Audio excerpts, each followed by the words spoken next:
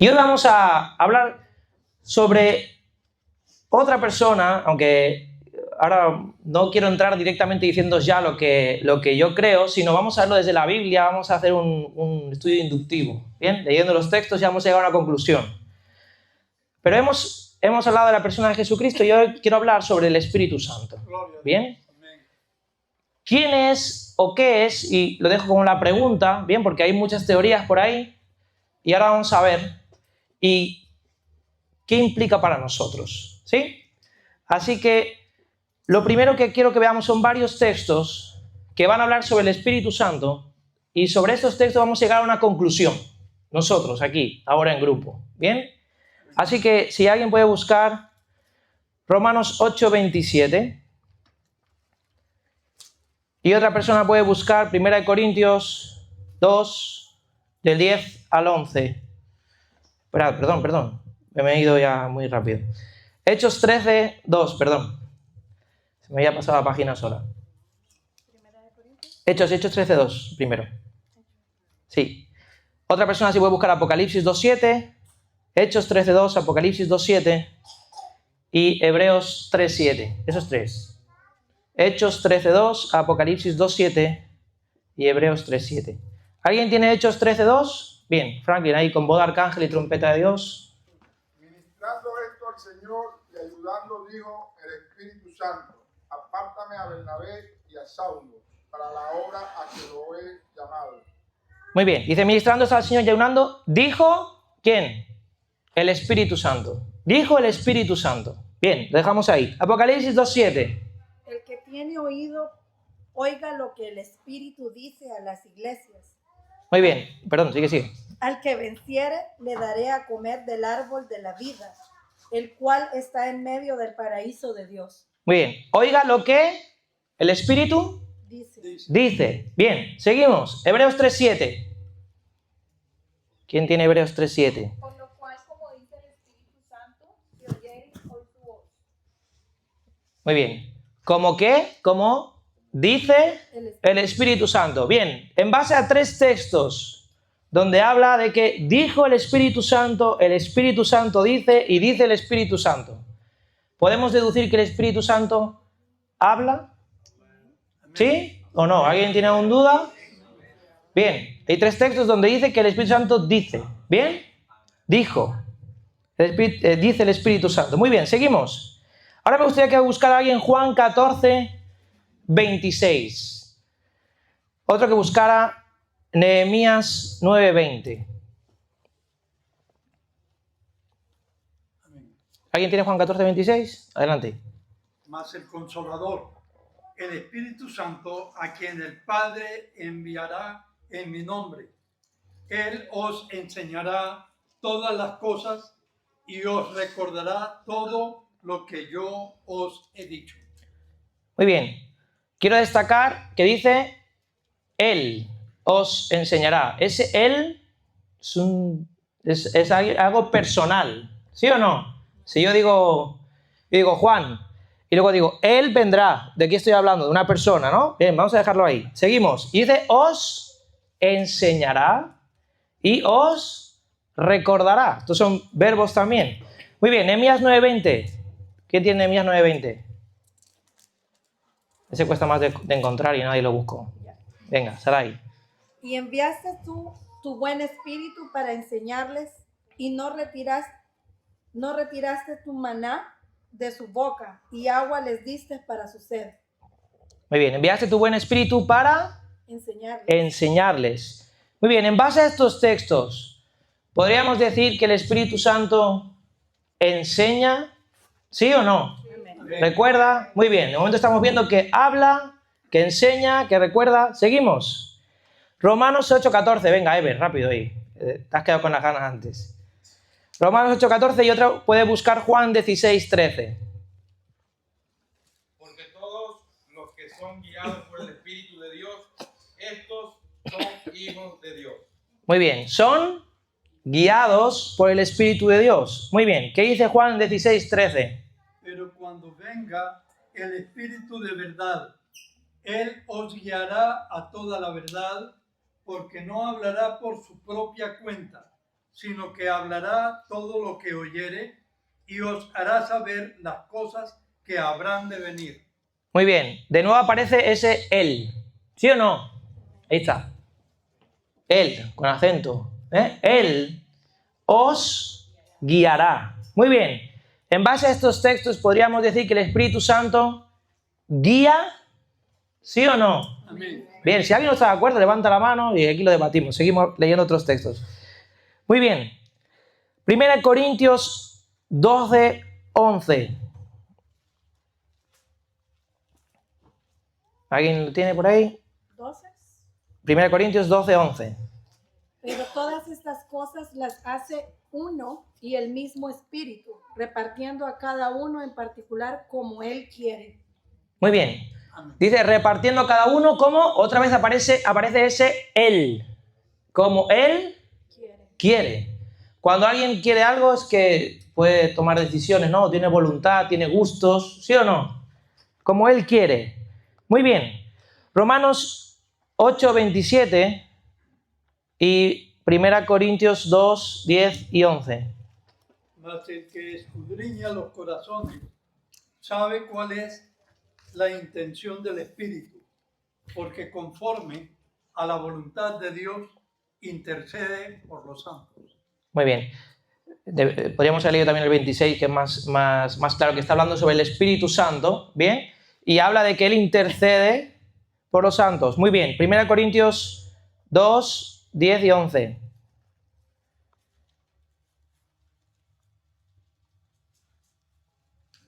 Pero Dios las reveló a nosotros por el Espíritu, porque el Espíritu todo lo escudriña, aún lo profundo de Dios.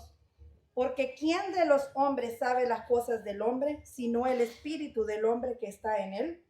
Así tampoco nadie conoció las cosas de Dios, sino el Espíritu de Dios. Muy bien, estos dos textos nos habla de que el Espíritu Santo escudriña, conoce, intercede. Hay un texto también en Romanos 8, 26, que es el justo anterior que tenemos leído, que dice que el Espíritu mismo intercede por nosotros con gemidos indecibles. Muy bien. Entonces podemos llegar a la conclusión de que el Espíritu Santo piensa, conoce, escudriña en base a estos textos. Muy bien, estoy acabando ya, no voy a hacer todo el tiempo así. Dos textos más. Efesios 4:30 y Isaías 63:10. Y no contristéis al Espíritu Santo de Dios, con el cual fuisteis sellados para el día de la redención. Muy bien, y no contristéis. ¿Sabéis lo que es contristar? Poner triste, entristecer. Eso está muy fuerte, por lo menos para mí. Isaías 63:10.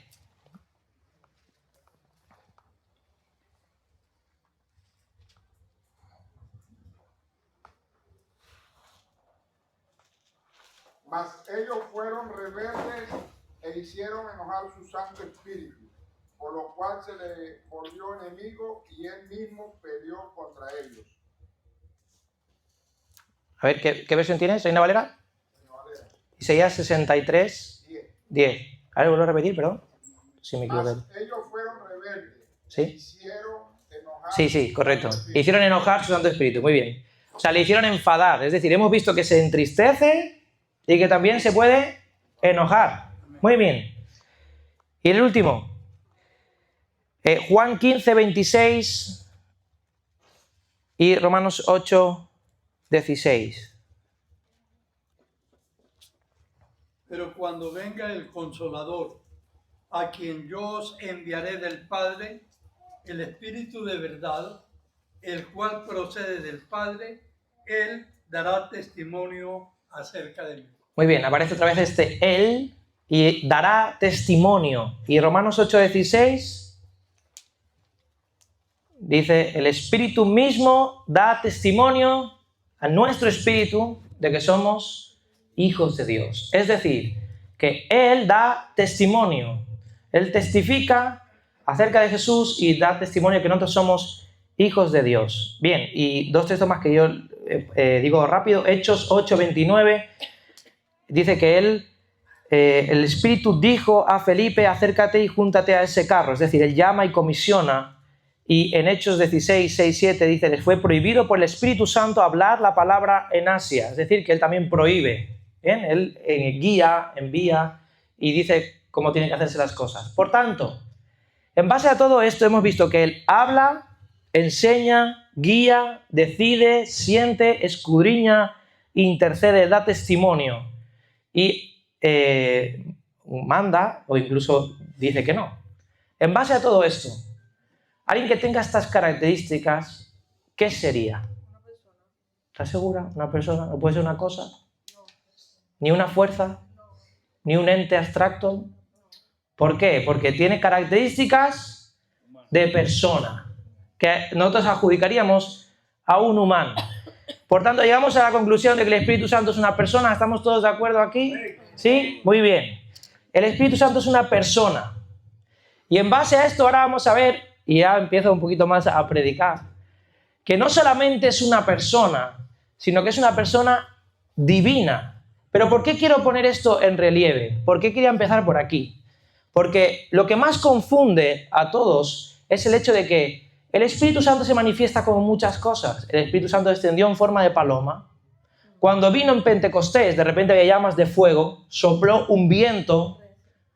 Y unos a veces creen que el Espíritu Santo es como cosas que suceden. Cuando el Espíritu Santo de repente no, el Espíritu Santo es una fuerza, es un aire.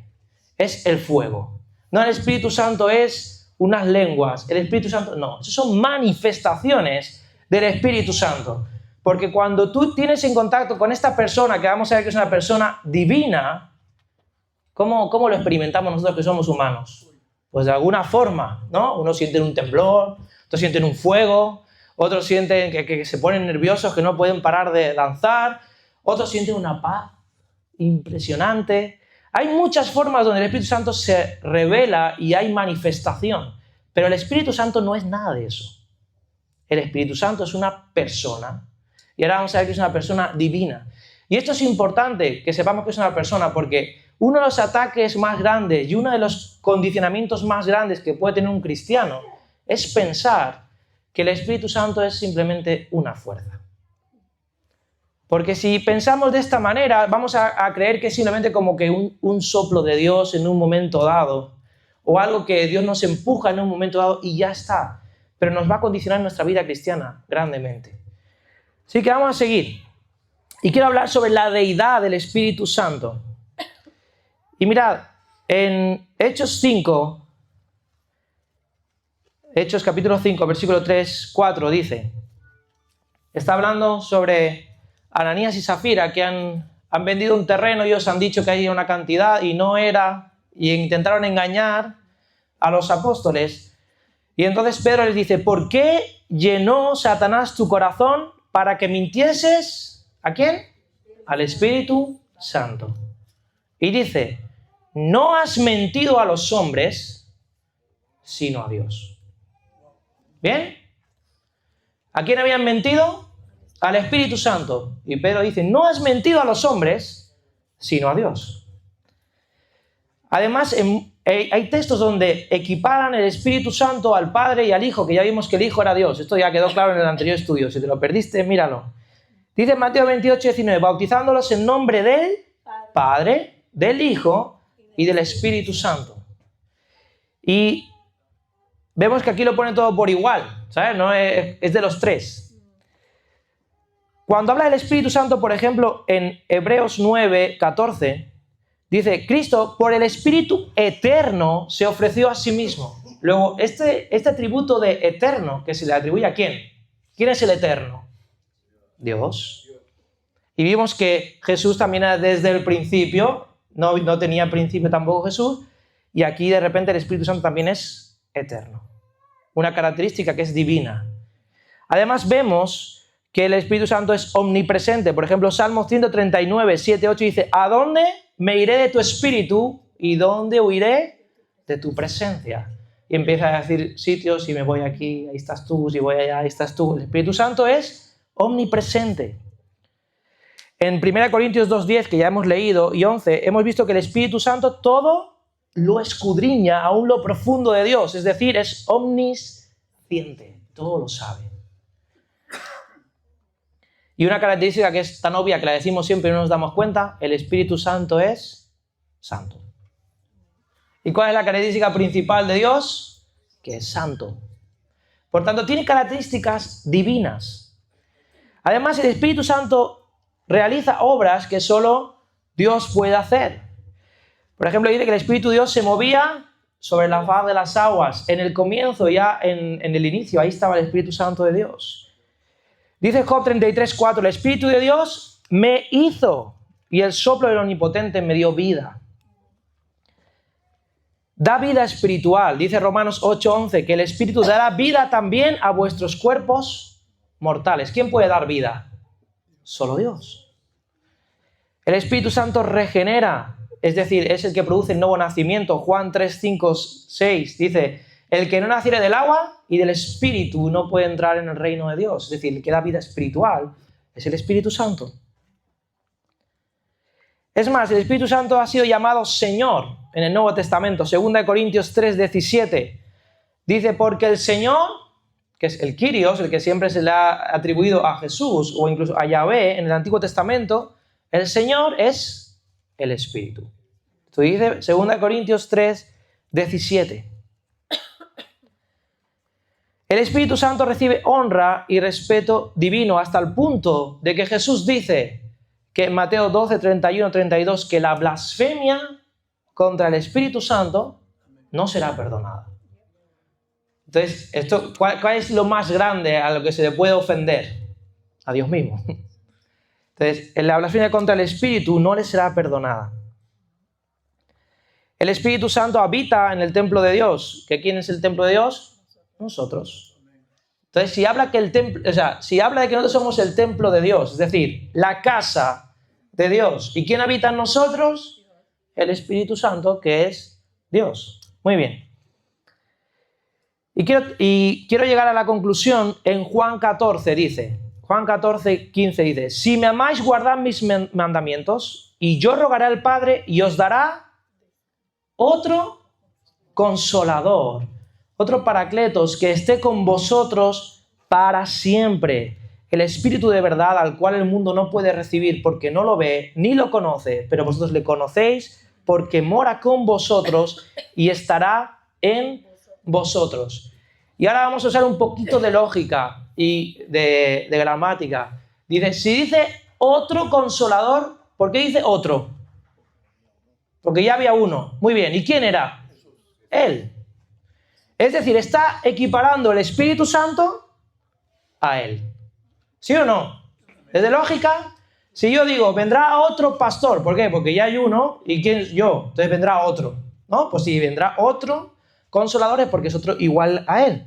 Juan 16:7 dice, pero yo os digo la verdad, os conviene que yo me vaya, dice Jesús. Porque si no me fuera, el Consolador no vendría a vosotros, mas si me fuera os lo enviaré. Y cuando Él venga, convencerá al mundo de pecado, de justicia y de juicio. Y la palabra paracletos aquí es el que está llamado para estar al lado de alguien, el que ayuda, el que consuela, el que defiende. Y aquí esta es la palabra de consolador que traducimos en Reina Valera. Esto es el paracletos. Y hago un parón aquí. En base a todo esto, acordamos que el Espíritu Santo es necesariamente Dios, ¿sí o no? Si alguien tiene dudas, se puede debatir. Pero hemos visto que es una persona. Y por tanto, y eso también tenemos que entender, si es una persona, es decir, es alguien, tenemos que definir quién es ese alguien. Y en la Biblia, y en todas las características que hemos visto, da a entender que el Espíritu Santo es Dios, igual que Jesús era Dios. Aquellos que niegan la divinidad del Espíritu Santo tendrían que explicarnos entonces ese alguien, porque algunos dicen que es una fuerza, pero esto ya hemos visto que no puede ser, que es una cosa, pero no puede ser, que es una fuerza, pero no puede ser. ¿Este alguien quién es? Si no es Dios, ¿quién es? Tendríamos un choque, estaríamos hablando de una divinidad menor, otro ser que complicaría mucho ya la explicación teológica de si solo hay un Dios, esta persona ¿quién sería? Igual que si solo hay un Dios y Jesús no es Dios, ¿quién es? Porque Él se decía Dios. Igual que creaba un choque en Jesús, crea un choque en el Espíritu Santo. Y aquí hago este parón, Porque aquí viene la palabra que los cristianos usamos que se llama Trinidad, que a mí no me gusta mucho. Sería mejor triunidad, quizás, ¿no? Para que se entendiera mejor. ¿Pero qué significa? Que son tres, pero son uno. ¿Por qué? Porque la Biblia enseña que solo hay un Dios, una divinidad, un Dios únicamente. Pero en la Biblia se nos revela en tres personas. Y digo, y no quiero decir ninguna barbaridad, pero no tenemos ni idea cómo es Dios al 100%. ¿Podría haber más personas? No lo sé, pero a nosotros se nos revelan tres. Padre, Hijo y Espíritu Santo. Esto es la revelación que nosotros tenemos. Vemos al Dios Padre, a Jesús, que es en forma de cuerpo, que se nos revela a nosotros y viene a mostrarnos al Padre y a darnos salvación, y al Espíritu Santo, que es quien está con nosotros ahora. Es Dios con nosotros ahora. ¿Y por qué esto es importante? Porque tú tienes que ser consciente de quién va contigo, que es Dios mismo en ti, viviendo dentro de ti. Esto es una cosa que a uno se le explota la cabeza. Pero Dios vive, habita en nosotros. Estará con vosotros y estará en vosotros. Y cuando nos recibimos a Cristo y nosotros damos nuestra vida a Dios, el Espíritu Santo viene a nuestra vida.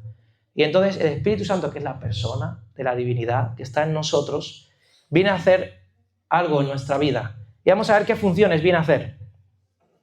Número 1, Él es quien nos convence de pecado. Esto está en Juan 16:8. Ya lo hemos leído, si no me equivoco. Él nos convence de pecado. Es decir, cuando yo ofendo a Dios, cuando yo no estoy caminando conforme a la voluntad de Dios, es el Espíritu Santo el que me dice, no vas bien. Oye, estás mal. Oye, esto no es la voluntad de Dios para tu vida. Además, Él es el que nos regenera, como hemos visto antes, el que produce el nuevo nacimiento en nosotros. No solo me convence de pecado, sino que es capaz de transformarme. El Espíritu Santo es el que va a cambiar mi vida.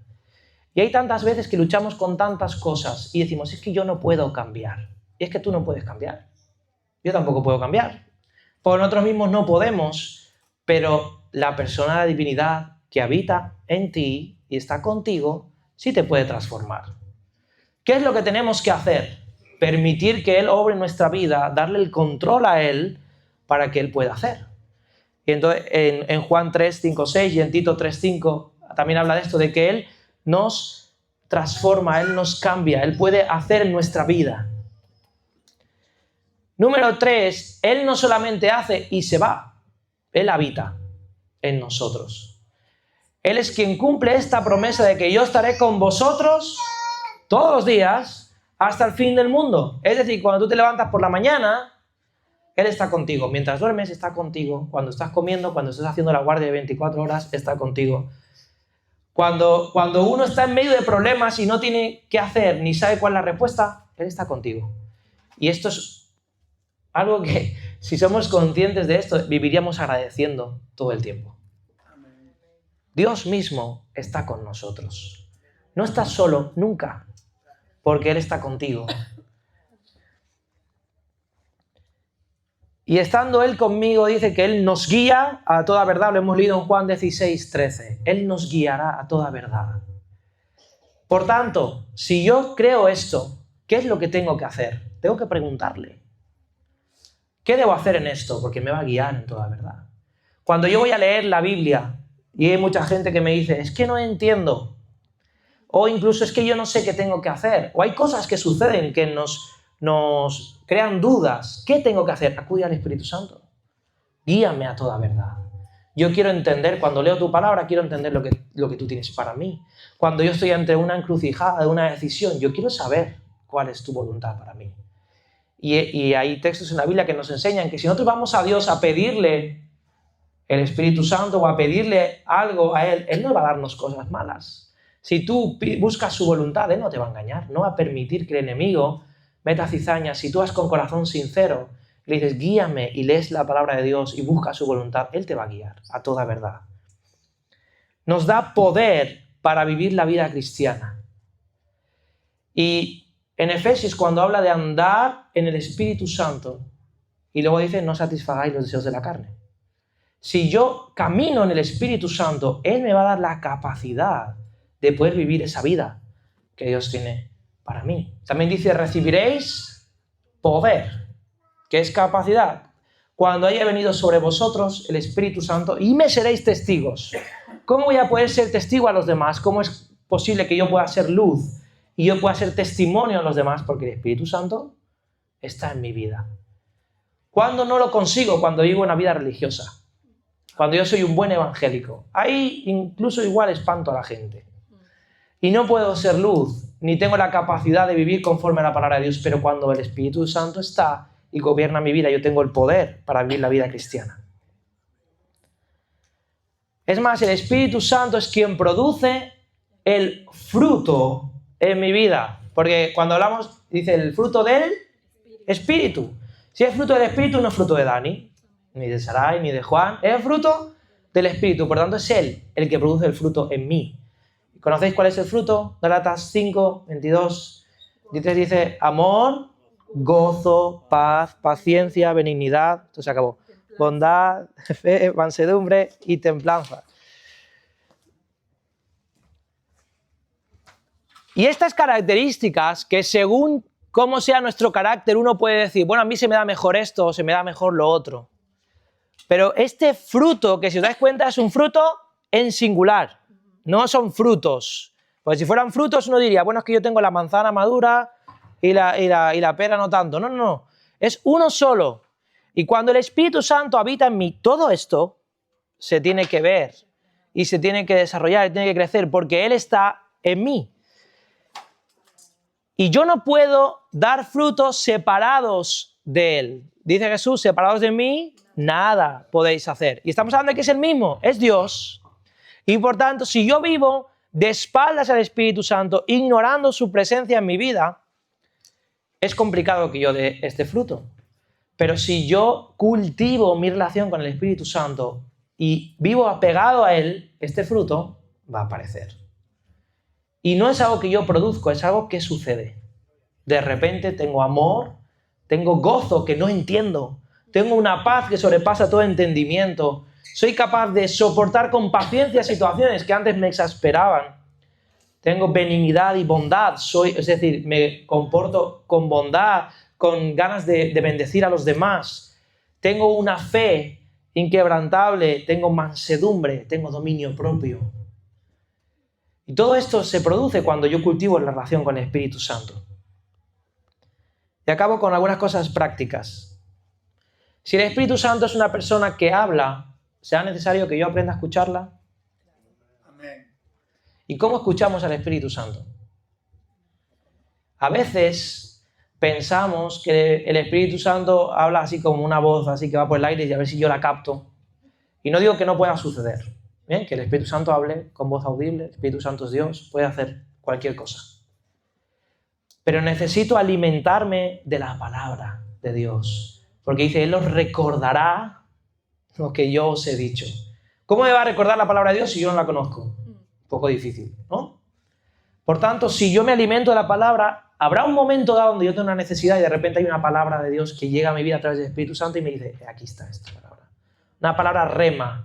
Algo que de repente llega así, que es para mi vida ahora, porque yo la necesito. Siempre ha estado ahí en la Biblia, pero ahora viene a mi vida y es para mí. A través de la oración. Y hablando de la oración, no sé si os acordáis, en la predicación dijimos, a veces pensamos que orar es que yo hablo y Dios escucha, pero orar es una conversación. Yo hablo, Dios escucha, Dios habla y yo escucho. Por tanto, el Espíritu Santo me puede hablar en los momentos de oración. Yo tengo que estar atento. Y muchas veces nos pasa como Samuel, ¿no? Que Dios nos llama y vamos a decir, ¿será esto? ¿Será lo otro? Hay que aprender a identificar la voz de Dios en nuestra vida. Y el Espíritu Santo también nos habla muchas veces en la paz y en la quietud, en ese silbo apacible que nos hace entender que Él está ahí, que su presencia está ahí. Número 2 en la práctica, muy importante, que no entristezcas al Espíritu Santo. ¿Por qué? Porque Él es el que produce toda tu vida cristiana en ti. Si tú lo tienes triste, abandonado, encerrado en un cuartito de tu corazón ahí, en medio de tantas cosas que has metido, tu vida cristiana va a estar estancada. Porque no entristezcáis al Espíritu Santo. Y voy a poner un ejemplo del día a día. Si tú tienes una pareja, una pareja que está triste y apagada y melancólica, ¿cómo va a ser tu relación con ella? ¿Qué va a hacer? No mucho, ¿verdad? Estará en la cama encerrada, tú irás a hablar con ella y casi que te dirá, no tengo muchas ganas ahora de hablar, mejor déjame para mañana. Y a veces no nos damos cuenta de que el Espíritu Santo hemos dicho que es una persona divina, pero que se entristece y se enfada también. Si tú tienes triste o enfadado al Espíritu Santo, ¿tú crees que le va a hacer mucho en tu vida?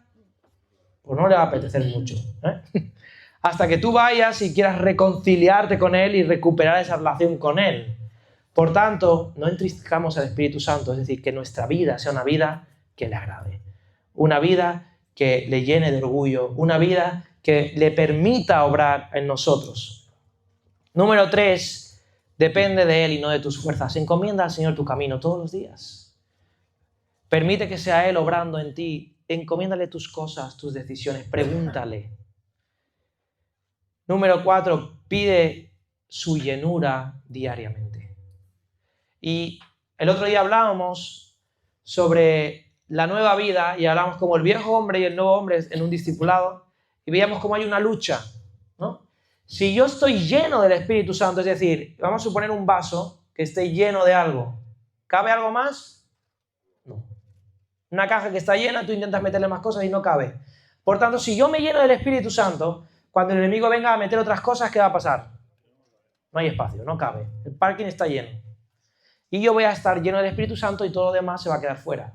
Ahora, si yo no estoy lleno del Espíritu Santo, todo lo demás se va a ocupar de otras cosas.